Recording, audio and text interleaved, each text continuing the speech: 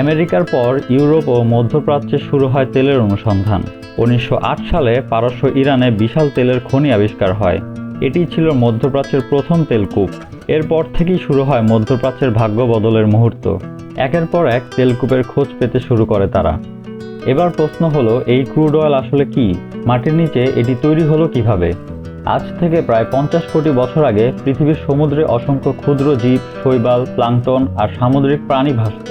মৃত্যুর পর তাদের দেহ সমুদ্রের তলায় জমে থাকত। লক্ষ লক্ষ বছর ধরে সেই জৈব পদার্থের উপরে জমেছে কাদাবালি আর পাললিক শিলা। গভীরে যেতে যেতে প্রচুর তাপ আর চাপের প্রভাবে সেই পদার্থ বদলে গেছে। প্রথমে তৈরি হয়েছে ক্যারোজেন, তারপর তা ভেঙে তৈরি হয়েছে ক্রুড অয়েল আর প্রাকৃতিক গ্যাস। অর্থাৎ যে তেল আজ আমরা ব্যবহার করি সেটা আসলে কোটি বছর আগের ক্ষুদ্র জীবের রূপান্তরিত অবশেষ। মাটির নিচ থেকে তোলা ক্রুড অয়েল সরাসরি ব্যবহার করা যায় না, এটাকে রিফাইনারিতে পরিশোধন করতে হয়। সেখানে বিভিন্ন তাপমাত্রায় আলাদা হয় gas, petrol, kerosene, diesel, lubricant oil.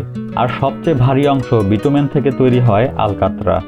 তাই তেল শুধু একটি গাড়ির জ্বালানি নয়, এটি আধুনিক সভ্যতার একেবারে ভিতরের শক্তি। প্রাচীন বিটুমেন থেকে আধুনিক ব্ল্যাক গোল্ড, তেলের কাহিনী শুধু একটি পদার্থের ইতিহাস নয়, এটি মানব সভ্যতার শক্তি, প্রযুক্তি আর ক্ষমতার ইতিহাস। ভিডিওটি ভালো লাগলে চ্যানেলটি সাবস্ক্রাইব করে রাখুন। বেঁচে থাকলে দেখা হবে পরের ভিডিওতে। ধন্যবাদ।